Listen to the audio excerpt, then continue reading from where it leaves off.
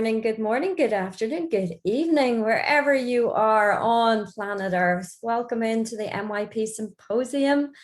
This session is with Abril Darude. And as you all come in to our session, looking forward to seeing so many people coming into our session. Lots of people popping in, and as we all come in and we get settled, I'd like to welcome everybody in. So hi, my name is Chris Stevenson, and like you, I am an educator, and I've been in education for over 25 years. 14 of those have been with the MYP and as a DP teacher, technology leader, and a consultant. I'm from Northern Ireland, but I live and work in sunny Florida in the United States. Now, as we're waiting for the others to join us, just very quickly, we would love to know where you are joining us from today. So put down your name and your city or your location in the chat box. Make sure that you click on all panelists and attendees as you do this. Gosh, oh wow, Abril, we have got quite an audience here today. We have Lisa from Indonesia, we have Lordana from Beijing, we have someone coming in, Tina from Tanzania, we have Fernando from Brazil, we have folks from Denmark, Egypt, Oman, Scotland, hey, waving from across the Northern Ireland branch. Christy is in Williamsburg, Virginia. Hi, one of my American peeps. Good morning, Emil in Egypt.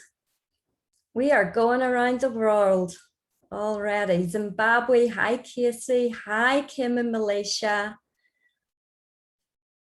We have someone from South Carolina. Hello, Holly. Beautiful part of the United States. Katia from Greece.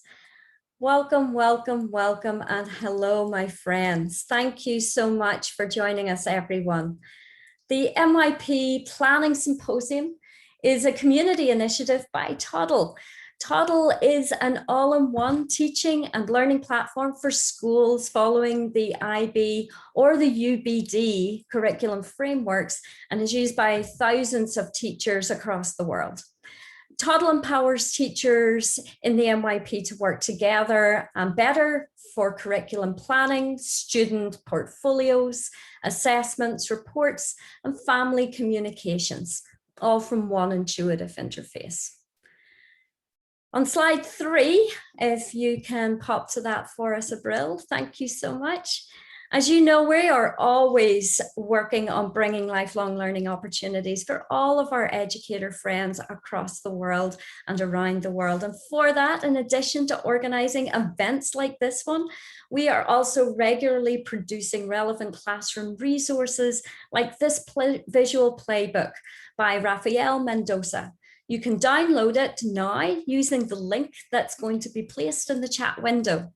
Use this resource to unpack subject-specific objectives with your students and help them track their own learning. Don't forget to log on to learn.toddleapp.com to check out other amazing resources by MYP educators for MYP educators. As you know, we're always thinking of your lifelong learning opportunities. And before we go any further, we're going to just take a few moments to look at a few housekeeping notes for us this morning. So in this webinar, Abril cannot hear you, but please type your questions under the question tab to the right of your screen. At various times, Abril will ask you to pause and reflect. Please use the chat feature to interact just in the same way as you told me where you were all from across the world. And make sure that when you're typing into that chat box that you are replying to the panelists and to all of the attendees. We will not be using the raise your hand feature on this webinar. This webinar has been developed independently from and is not endorsed by the IB. We also thank our speakers so very generously for sharing all of their learnings pro bono. And with that, without further ado, I'm going to turn it over to Abril Delude, who will be guiding us through our next session. Hi, good morning, everyone. It is morning for me. Please make sure that you're sharing all the stuff you're learning from the session using the hashtag NYP Meetup, and you have other useful links over there to make sure that we're all connected. Thank you, Abril. I forgot about that slide. You're keeping me straight already. Thank you so much, my friend. Don't worry, Chris. Thank you very much for the introduction. Guys, this is a bit of a warm-up before we fully deep into this new way of looking at design unit. So please join the Mentimeter that is going to be put in the chat right now for you. And I want you to select the statement that describes you the best, right? I believe there are 3, and I would like to see what do you think?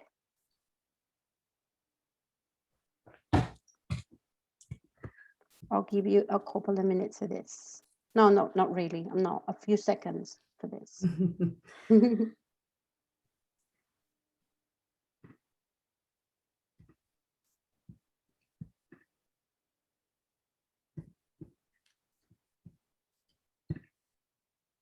Mm-hmm.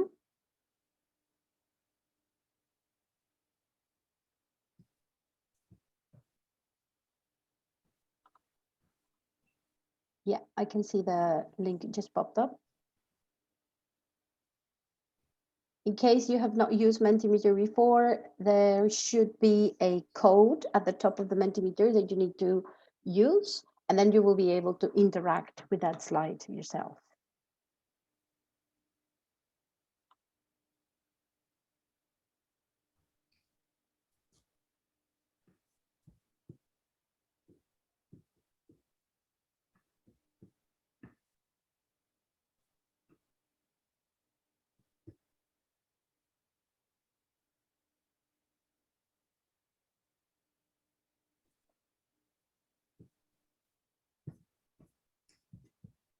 Okay.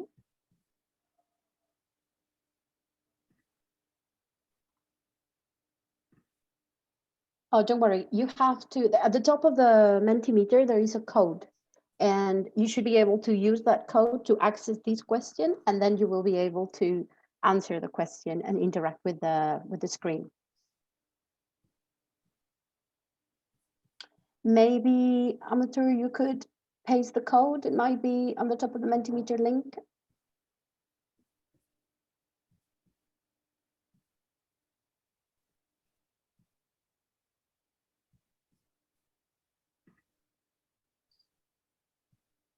Mm-hmm.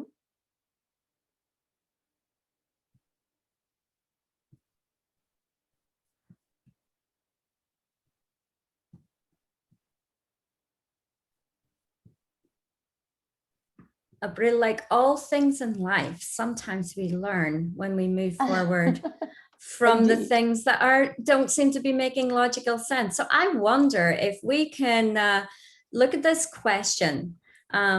Select the statement that describes you best. So the 3 statements are: everyone should know how to make a chair. The second statement is: design is an opportunity to explore the concept of community. And the last one is: it's all fun and games until the exams come. Which one are you? Do you think that everybody should know how to make a chair? Are you just curious about the opportunity to explore the concepts of community with design? Or are you the person that says, yeah, this is great, but what happens when the exam comes? 1, 2, or 3? Oh, here we go. Oh, there's a lot of people are leaning into the second statement here, where design is an opportunity to explore the concept of community. Lots of B's. Oh, they're leaning into this. Hi, so sorry, that we can. Code. Yeah. This is the code. Oh, there's the code right there. Beautiful. Hey, we're problem solvers right live. There we go. There we go. 53881098.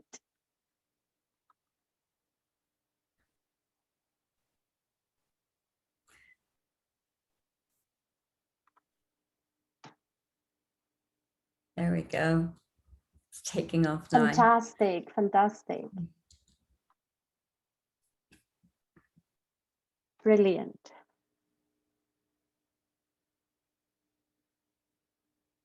Excellent. So let's go back to this. Right. I'm glad.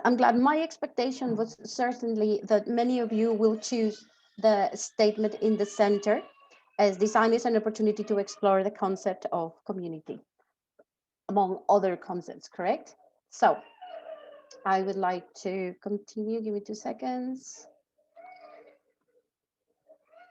Okay, so welcome to the Expert Amateur, a new way to see design units. My name is Abril Dulude, and I work as a head of the design faculty for Newton College in Lima, Peru.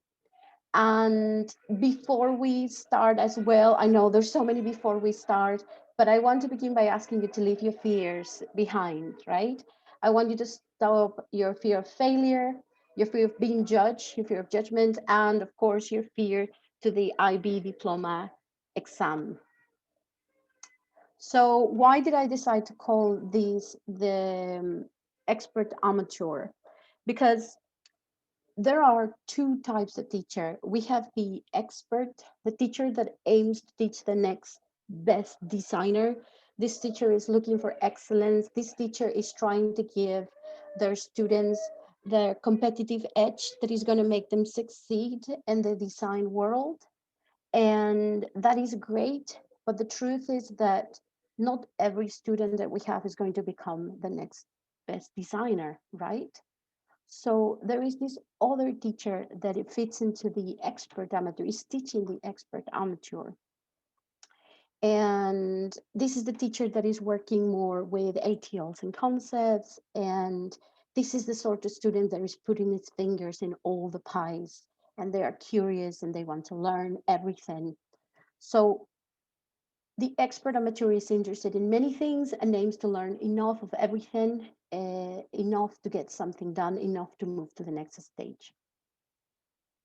It is the culture of do it yourself, right? This is our student that is not waiting to learn how to use Photoshop from us.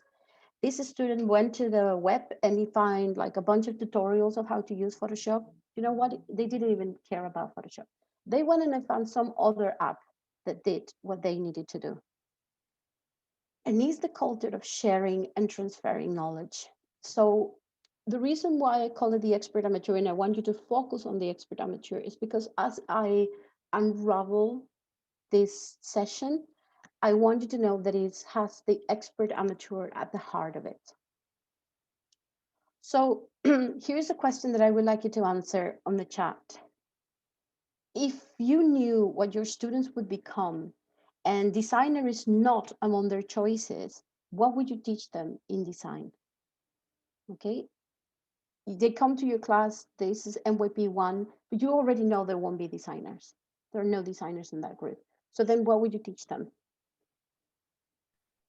I'm going to give everybody about a minute and I will be looking at your answers.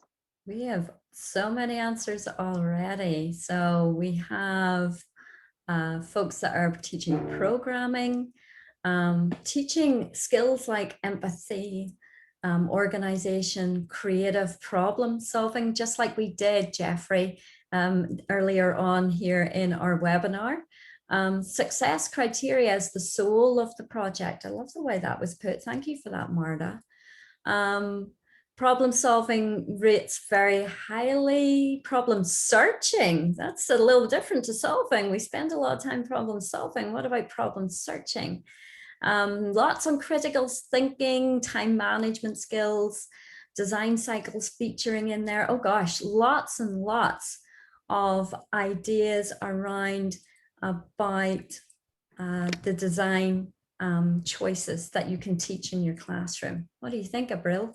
Brilliant. To be honest, this is what I was expecting, and I'm so happy that so many of you can see what part of the design subject is actually the transferable part. Which part is actually the one that the students will carry on and continue using throughout their lives. And I am very happy that none of you said that they needed to learn how to make a chair or technical skills, like they will have to go out knowing how to use an Excel sheet. Don't get me wrong, everybody needs to know how to use an Excel sheet. But certainly, I'm happy that when you think of design, you're thinking of the part of design that is definitely transferable, because we need to be thinking on what are we teaching them and why are we teaching them those things. So here we go. Another Mentimeter. This time I already know how to give the code. So give me 2 seconds while you read this question. What is the most important thing you think of when you are planning the unit? So this is you. It's the beginning of the year. I don't know exactly when you plan your units. And you need to think of the part. Where do you begin? What would you just select first? So give me 2 seconds.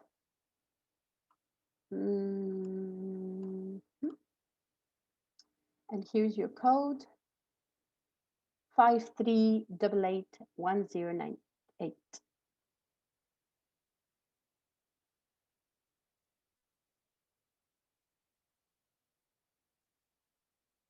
I hope it works this time. This is Murphy's Law. Yes.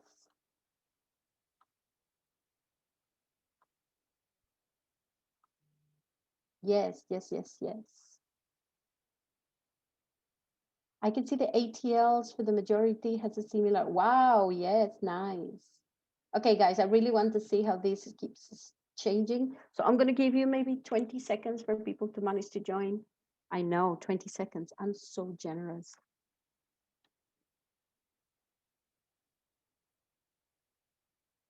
Brilliant. It seems to come stable.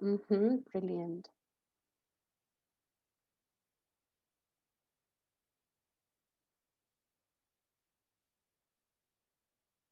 It's very interesting that most of you are pushing global context explorations, because I will show you in a minute why global context exploration should be one of the heart of your design unit. Okay, this is fantastic.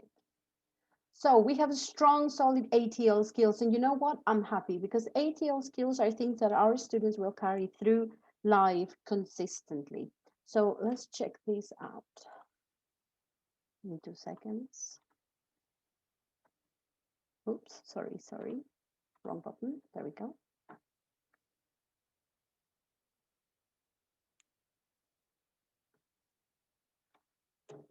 Now, what do I want you to do? Is I want you to focus on concepts, even though ATLs are so important, transferable life learning, and they go across subjects and for the rest of your life. I want to invite you to focus on the concept. And why would I want you to focus on concepts or conceptual understanding? Because it's actually the way that we make sense of the world. Because concepts like the skills in ATL are transferable. And if that didn't convince you, then just simply because it is the MYP way.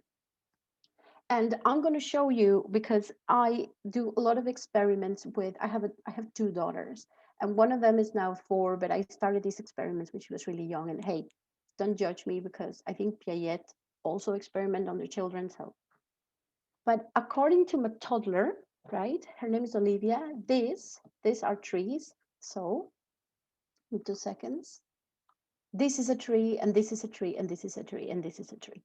And to be honest, I didn't notice when she was acquiring language that she will recognize all of these things as trees, because of course they are trees. But then as I was learning about conceptual understanding, I realized that my daughter might as well just think of tree and just see this image in her head. And then I would have to show her this image and tell her that this one was also a tree. But it doesn't happen. What Olivia is doing is understanding a group of characteristics that are associated with the word tree. That's why she can go from this one to this one to this one to this one, and each time she will call them a tree. It's not a fixed meaning in her head. It's not a fixed image in her head. So there I wanted to go a little bit deeper. So I did this experiment with her. No, no, no, mira, Olivia, mira esto. ¿Qué es esto? Ok, is it? It's an 8? What does it look like? It's a head, isn't it? Now, what is this? A what? A balloon, very good. Now, look at this.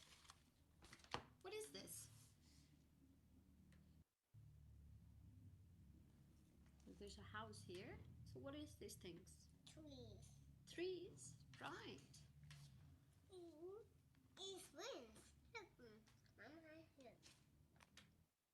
So I hope you've noticed what Olivia just did. Olivia turned this drawing into a tree, not because it looks like a tree, but because the context in which this drawing was in, right? So this is a toddler, and she is in the middle of her acquisition of language and their understanding of the world. So this for me was the proof that this is actually how we learn. And it made me, as a teacher that strongly supports the MYP framework, more aware of why I needed to focus strongly on concepts and in the exploration of the global context. Because within those explorations, my concept comes to life. So back to design and back to concepts, we have four key concepts, right? We have systems, development, communities, and communication. You will see that there are a few links in this presentation, and these links lead to a Padlet. Sorry, they lead to different resources, but you can find this presentation on the Padlet, where you're going to find all of it, and you're going to find links to these things separate in the Padlet, but as well, you have this presentation and you can access the links through the presentation itself. And one of the first things I did when I was designing my units around the concepts and not around anything else was to make a series of learning goals. And I took this from a colleague from Ned Riley that I teach humanities. And what he did, I'll show you. I already have it here. Is that I decide which learning goals I was going to have for conceptual understanding for year 1 and 2, for year 3 and 4, and for year 5. Now, I am sharing this with you, and these came not from my wild imagination, but I took them directly from the guide. The guide, when he's presenting the concepts, is kind of giving it to you in little chunks. And according to how complex the understanding is, I just put it in where I feel it should be, So obviously year 1 and 2 is more like about like what the concept is. 3 and 4 is the concept within the context of design. And by the time they get to year 5, it's more like a ethical or philosophical approach to the concept. So I have it for all of them, and please feel free to use them if you think they're valid. But of course, they came from the guide, but nothing stops you from adding and enriching these things further. A few years ago, I gave a similar workshop, and in my workshop was this amazing woman, Lenny Dutton, which probably you already know who I'm talking about. She has a blog called The Excited Educator, sorry. And she was one of the speakers in the symposium, one of the key speakers actually. And after being in the workshop, she came up with this, and I put in here the link of how every subject shares this key concept. So you will find out, for example, systems is both in design, but it's also in humanities. And then what does it say that humanities should be teaching about system, and what does it say that design should be teaching about systems? And that is great for cross-curricular, but it's also great for you to support on other subjects and start making connections between similar and dissimilar contexts, which is the best way for a student to understand a concept. And when she was doing this list, we realized that the one that is not shared with anybody is communities. Communities is a concept only taught through design, which means that we have a greater responsibility to offer students opportunities to understand this concept.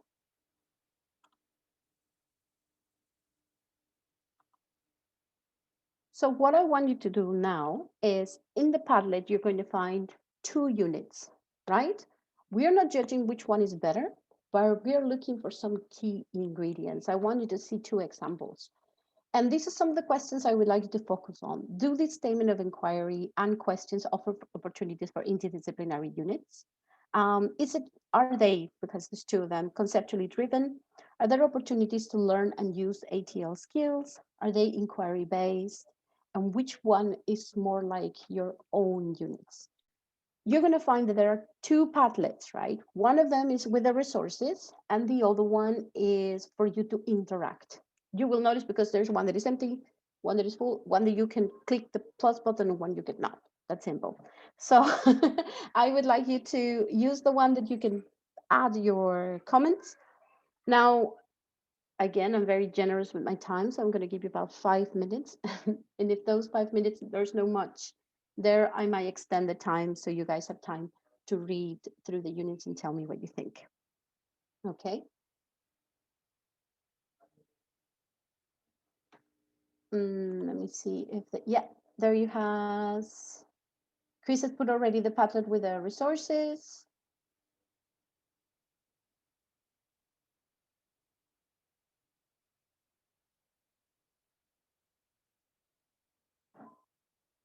Thank you very much, Chris. Now I'm going to keep this screen here right now because I want you to be able to see the questions of the things you're looking for. But right now I'm going to focus on your answers. So I will be looking at another Padlet in a minute.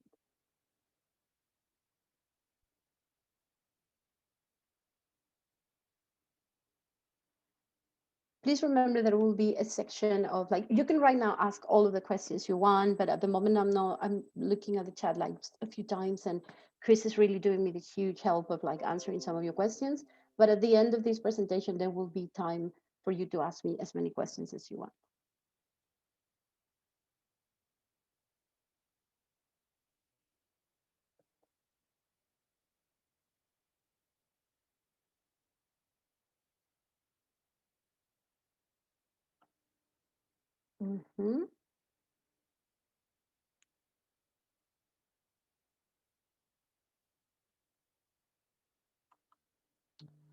One of the best ways to see if the statement of inquiry is transferable, it can be used for interdisciplinary units, is by wondering what sort of class would, I don't know, maybe literature will be using. Can they use your statement? Can PE use your statement? Can science use your statement?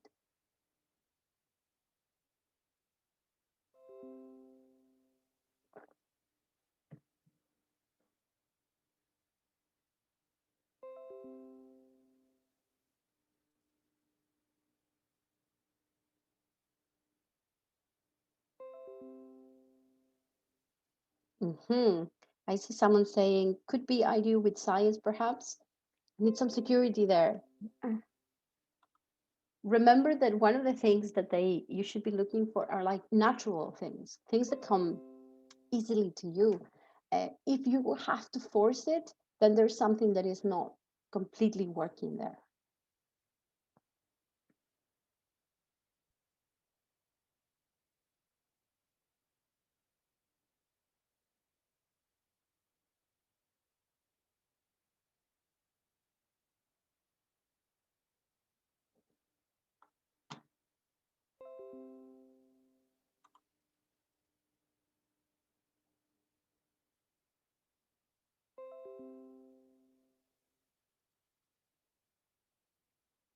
Mm-hmm.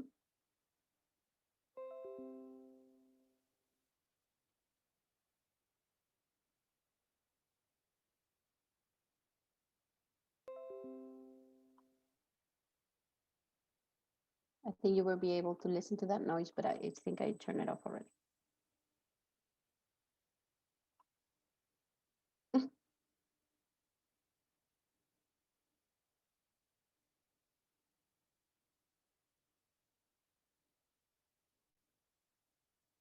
Excellent.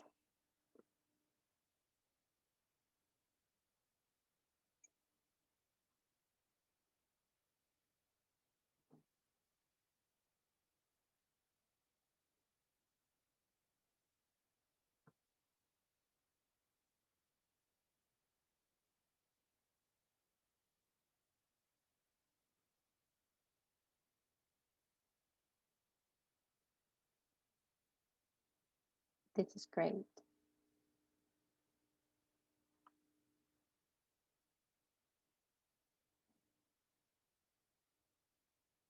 Now, while you guys are doing that, a little bit of history about those units. One of them was made at the very beginning of the transition for my school towards MYP, and the other one was made as we understood what MYP was all about. So I do have an expectation that one makes more sense with all the things I'm explaining. But this is for you to find out, right? And also, don't get fooled by the presentation of this unit. I just use that model so people can recognize the different aspects, because currently I use a different one that allows me to see everything in one screenshot. This is great.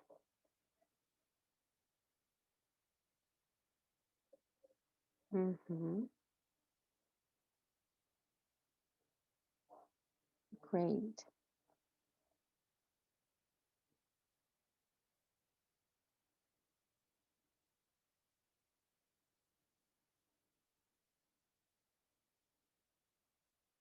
Very good.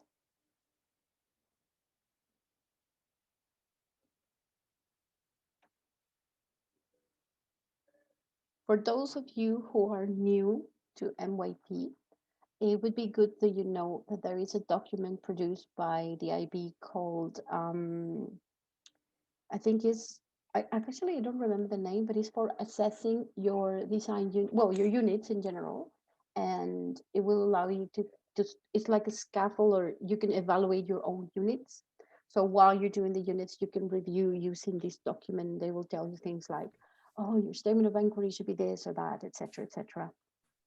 Yeah, the document you're referring to, I think, is evaluating unit planners, and it's Yes, yes, it is. available on the PRC. And it's a really valuable document for reflecting and reviewing unit planners. Casey in the chat window mentioned the BQC.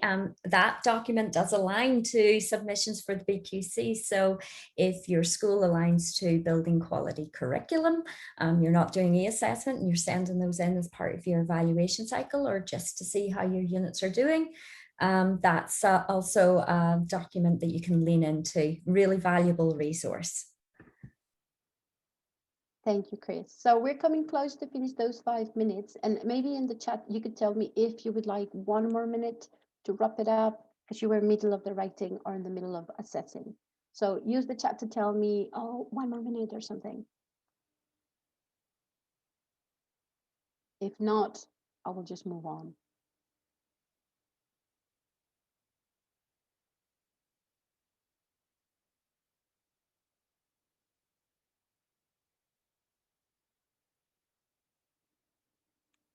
Lovely.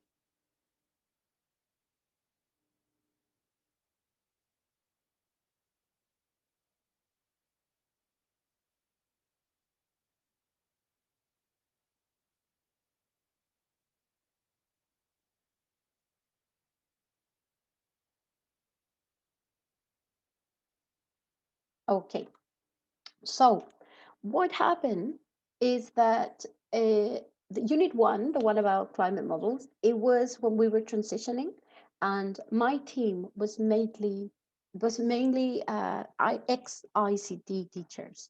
So of course, we were just learning, right? So it was comfortable to go into what they knew. So that's why it's so strongly, heavily based on Excel, and teaching the students how to do an Excel sheet and how to do variables within the Excel sheet. And the second one is a little bit later in our learning. And of course, we started to base them more around the concept and how could we explore the concepts. And for us as teachers, it became a little bit more fun as well, because then when the units are around concepts and global context, then you stop being so concerned about the tools and the techniques, and you understand those tools that support you.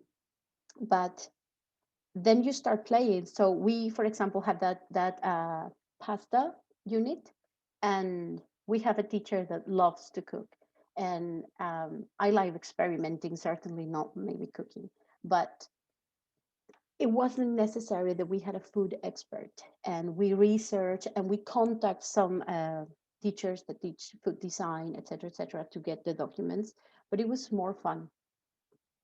So I want you to take these questions back to your school now that you've seen a couple of examples. How are we teaching key and related concepts? What sort of opportunities are we creating for students to understand these concepts? How do we connect the design cycle and the conceptual understanding? And how are we assessing conceptual understanding? I had this question before, and a lot of people told me, like, why would you? Like, it's not in your design criteria. I know it's not in the design criteria, but it is in life. I want to know if the students are getting it. I want to know if the students are understanding what systems are and what development means, and are they able to transfer it? So even though you don't need to formally assess it for the criteria, I think you should come up with a way to gather evidence that the understanding is happening. Now, I brainwash you. Maybe I have not convinced you yet, but there's something there. You might be thinking about it, and now what, right? So this is a model I developed that I think it helps teachers that are transitioning. And for me, this is a stage one. You will find the link here at the top that also takes you to these same models, but with much more explanations and a couple of examples. But let's say that, like me, back in those years ago, you are transitioning, or that you actually have invested a lot of time developing your scaffolding of skills. You want them to learn wood joints and the best source of wood for certain things, and you're very invested, or you're more digital and you are into coding and programming language, etc. So you are going to begin probably by thinking, what skills I want the students to learn, what skills I need, right, the students to learn. And then what I have seen happening is that people just then take the other pieces and they go like, which one it matches? Oh, maybe this and maybe this. And then there is a lot of maybes and perhaps. So hopefully these questions will help you to make those units more meaningful in terms of concepts. So first we'll start with what skills I need them to learn. And when I mean skills, I'm not talking about the ATLs, I'm talking about technical, practical skills, okay? And then the next question you could ask yourself is, what specific project the students will be developing to acquire those skills? So let's say that I want students to learn how to use Photoshop. Because I have to, because they will use it in the future, because it's the tool that we use in school, etc. So you come up with a project about designing posters, because if they're designing posters, they're using layers and they're cropping pictures and so on and so on. So before I continue though, it is important that you understand that this way is specifically for 1, 2, 3, because by the time they get for MYP 4 and 5, it's expected that they find their own solutions. So you should be creating opportunities for them to come up with their own solutions and not telling them, okay, now we're going to do posters. But this can be done earlier in the projects when you're actually trying for them to acquire certain understandings. So then you come up with a project, and then your next question would be, which ATLs would help them develop that project, right? So in this model, the ATLs are in relation to the project. The good thing about the ATLs, and you will see it in the second model, is that ATLs work fine for supporting your understanding of concepts, or ATL will work fine supporting you in the development of the project. It really depends on how you want to focus it. And then you will think which concepts they'll be able to understand as a result of this project. So if you want them to do posters and learning how to use Photoshop and thinking about graphic design, maybe communication will be a great concept, because graphic designers use semiotics to communicate, right? It would be reading symbols, and as much as this word might not be the most friendly, but manipulating the target audience to choose things. So communication would be great, but it really is all about you, because development could go with it, communities, if you think about focusing on the target audience. And of course, systems goes with absolutely everything. And finally, you will be thinking about the global context. What aspect of the real world will act as an area to further understand the concept in relation to the project? So your global context is like the big hugger. It hugs and it joins everything. And it makes your concept exist, just like the tree of Olivia, you know, that lollipop. But once you have a context, it makes sense that it's a tree. But it also will make your project meaningful to students because they will be existing in a real life situation. Your posters could be designing for the drama department and they have a play that is going to talk about um, against racism, and you want to then talk about fairness and development. Or it could be about inclusivity, sorry, and then you will be talking about equality, etc., etc., etc. Now, I'm going to show you this model and I'm going to show you a stage 2, but I think before this, Chris, maybe you would like to take it from here? Yeah, if you put up the next slide, I'm going to put it into context and what we do in the Toddle platform and how the Toddle platform for MYP can actually help you navigate this kind of conversation. So when you've collected and you've curated and established your objectives for learning in all of the strands on the Toddle platform, you have an opportunity over there on the right-hand side, the little green button, to have that planner overview. And when you click that planner overview, next slide, that planner overview expands so that you can see the approaches to learning skills that you have elected into doing explicitly aligned with those objective strands. So it's really easy on screen then to see exactly how you need to line things up. So for example, in order for a student to explain and justify the need for a solution to a problem, you might align explicitly the ATL of the communication skill in the skills cluster of organizing and depicting information logically.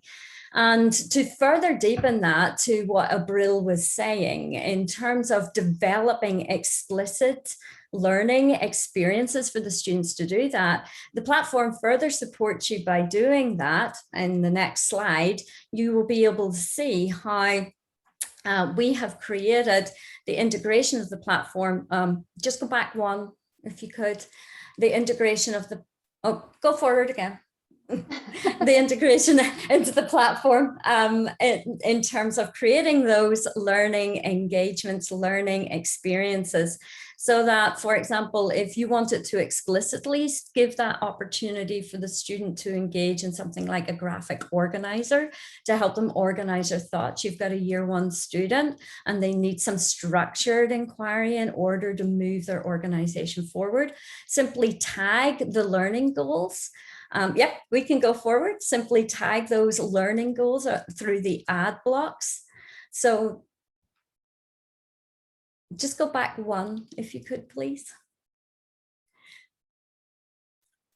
Yep, so through the add blocks, so that, next slide, you can go ahead and tag those learning goals so that they are able to see clearly that organize and depict information logically. And that's tied explicitly to a learning engagement, a learning experience for the student. And that actually goes a little bit deeper as well, because it gives the MYP coordinator and the whole school pedagogical leadership team and all of the teachers the opportunity to see in the next slide that this is being mapped across the whole curriculum.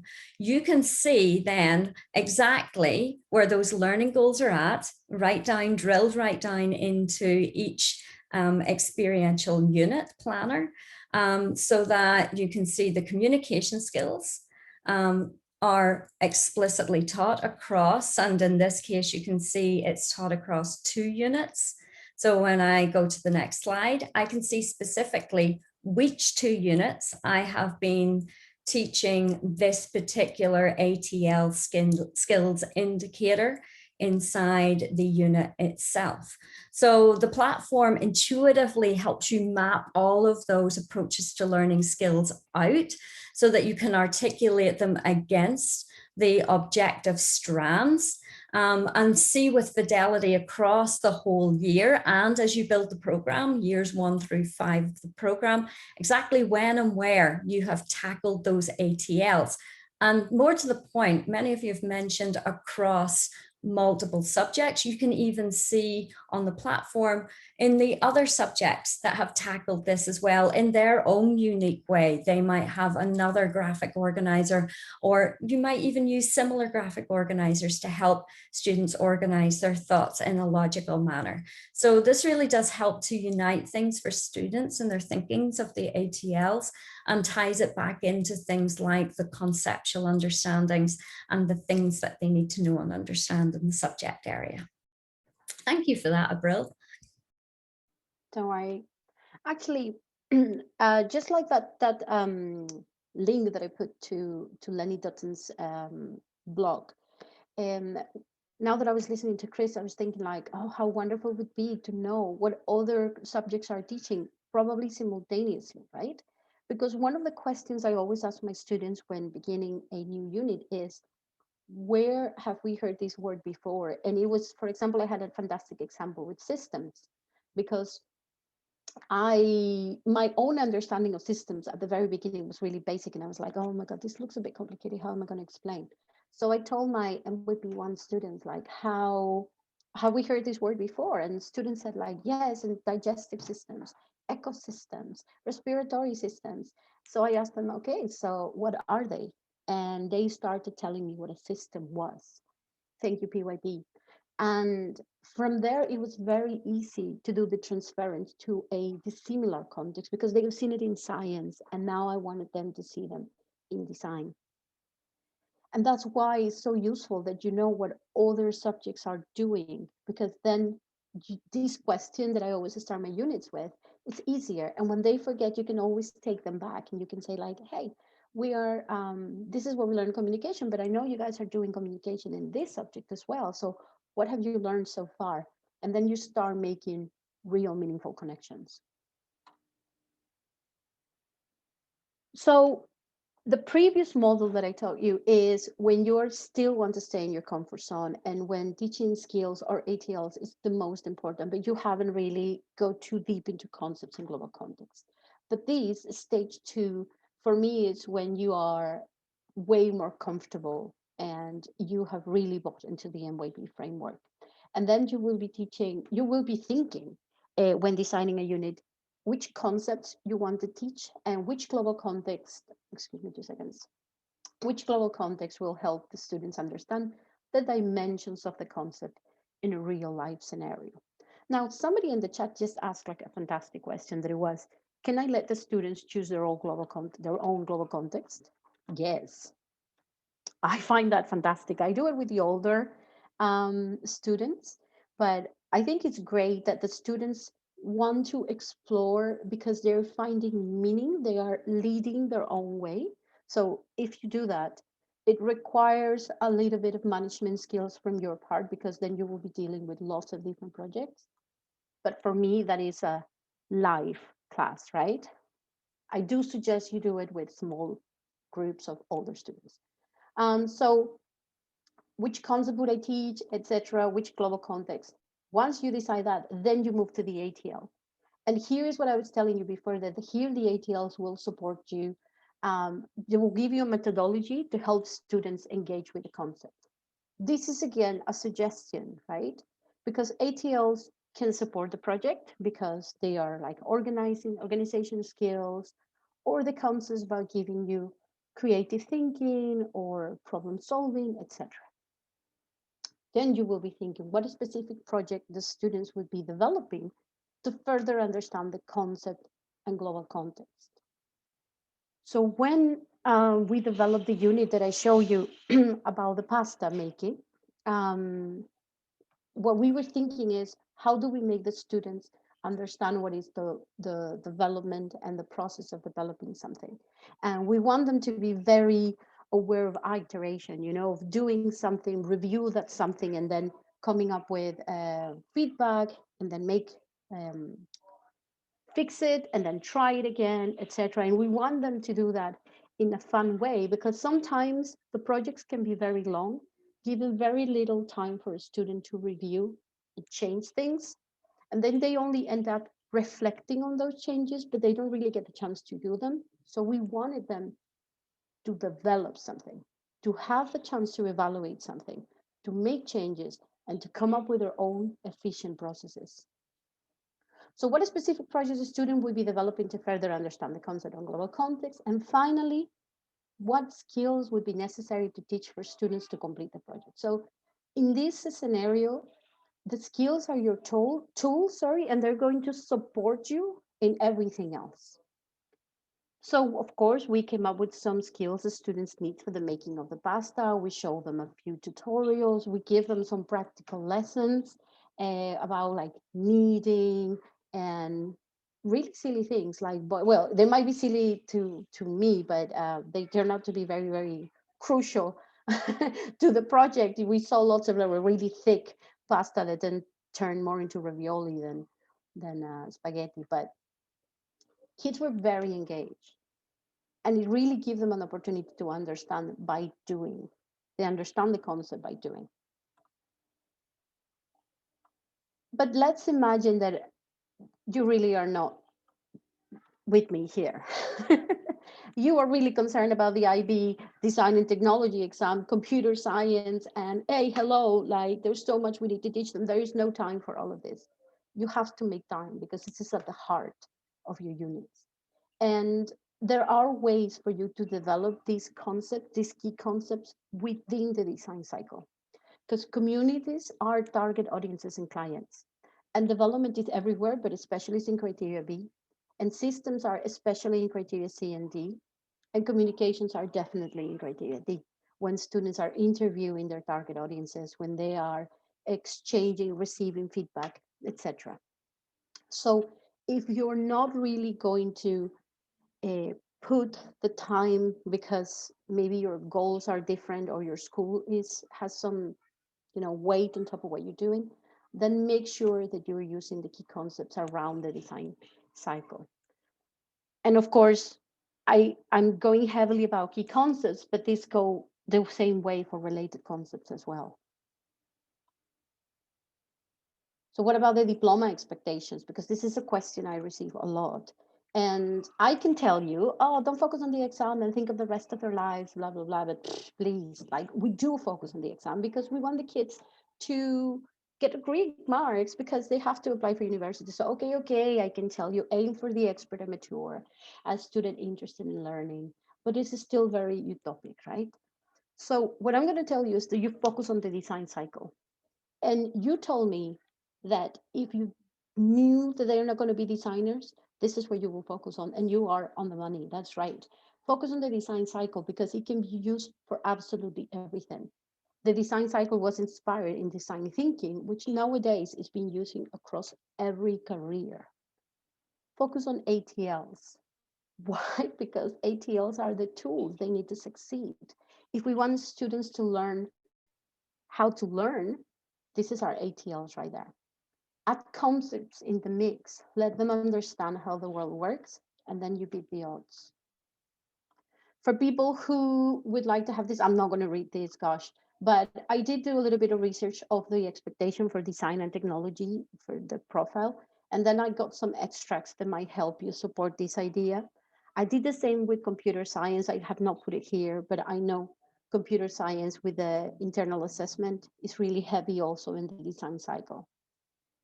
So this is it from me.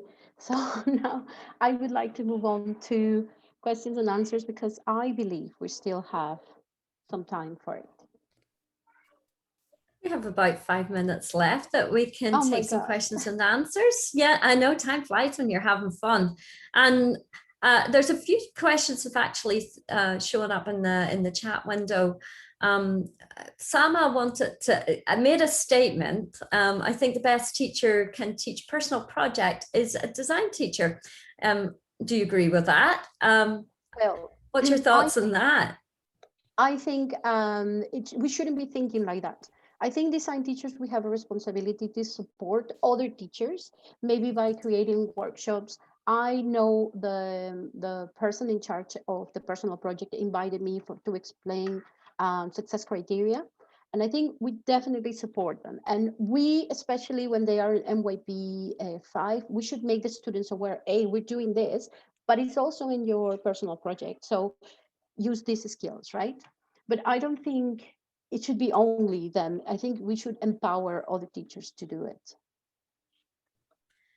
I love that answer, and it is very much the responsibility of every MYP teacher in terms of the approaches to learning skills that we explicitly teach across our subject areas and scaffold for building that student toward year 5 of the programme.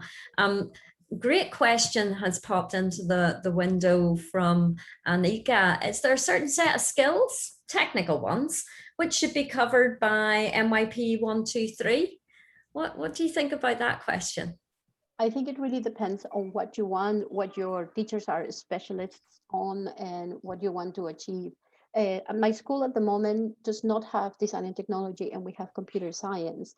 That has not stopped us from doing product design, but which definitely we're going heavy on digital skills, because we want the students to have to come into computer science with a better understanding. So it's really up to you and up to your planning. I'm sorry, Chris, but I also saw a question that I really want to answer. Oh, jump in, go for it. Because I love this question. Somebody just asked if we can start the design cycle from a different part. Yes, we can. Because normally we begin in criteria A because we want to start with research, but nothing stops you from starting with criteria D or C, starting with a prototype, evaluating what people think, and based on the responses, start the research. And it actually makes a lot of sense. We have done it. We have done that. We only focus on CD, and it feeds the need for research. In fact, when you start from C, research becomes much more easier for the students because they have a reason to research.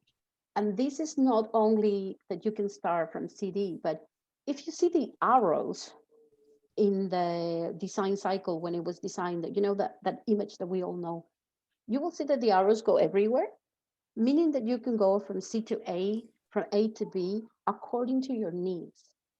It's such a versatile tool that I think people should be exploding much more. We do go A, B, C, D because it makes sense, but you could go C, A, B, etc. Yeah, it really leans into the skills context as well. It kind of leads from that question about the skills from 1 through 3. What is your context if you're in particular areas that lean into that technologies or lean into culinary arts or looking at different aspects of design product or digital design, and then to your point then making the connections there. There's another interesting question just further down the chat window about aero standards and different standards that might help teachers out. It is, I'm just scrolling. There's so many questions have jumped in. It's wonderful to see such great interaction. Yeah, I don't know if this is the answer, but we use the aeroscience standards. So a lot of our audience may have to integrate design into another subject area. So have you got, and I think this is going to have to be our last question because we're nearly at the half of the hour. In my school, I'm not so familiarized with standards because in my school we did not use them for a very long time, and just recently we came up with our own standards. But please, I don't know if this is the same for your school, but our standards are across the school. We don't have standards just for design or just for science or just for literature. We have them more based on the ATL skills. Like we have them more around communication standards, mathematical standards, computing standards. So I cannot really go deep into the sort of how you are using, applying, transferring standards, because my experience with it is quite new, and I wouldn't know what to tell you, but I would think that standards should be definitely used, but in a way that they are going everywhere in the school and not just in your subject. Totally agree. And with that, Abril, we are at the half of the hour. I want to thank everybody for joining us today on this Toddle MYP Symposium webinar. I really want to thank Abril Darude for her brilliant presentation. We talked together earlier in the week, and I just loved her approach to how the ATLs authentically build into design. But I think we've gone way beyond design. Design is everywhere in the MYP, and it's certainly a very beneficial subject across all of the subject areas. Thank you, folks. Enjoy the rest of the day. Hopefully see you at a few more webinars. Thank you again, Abril, and everybody Bye. have a great day wherever you are. Bye. Have a great day.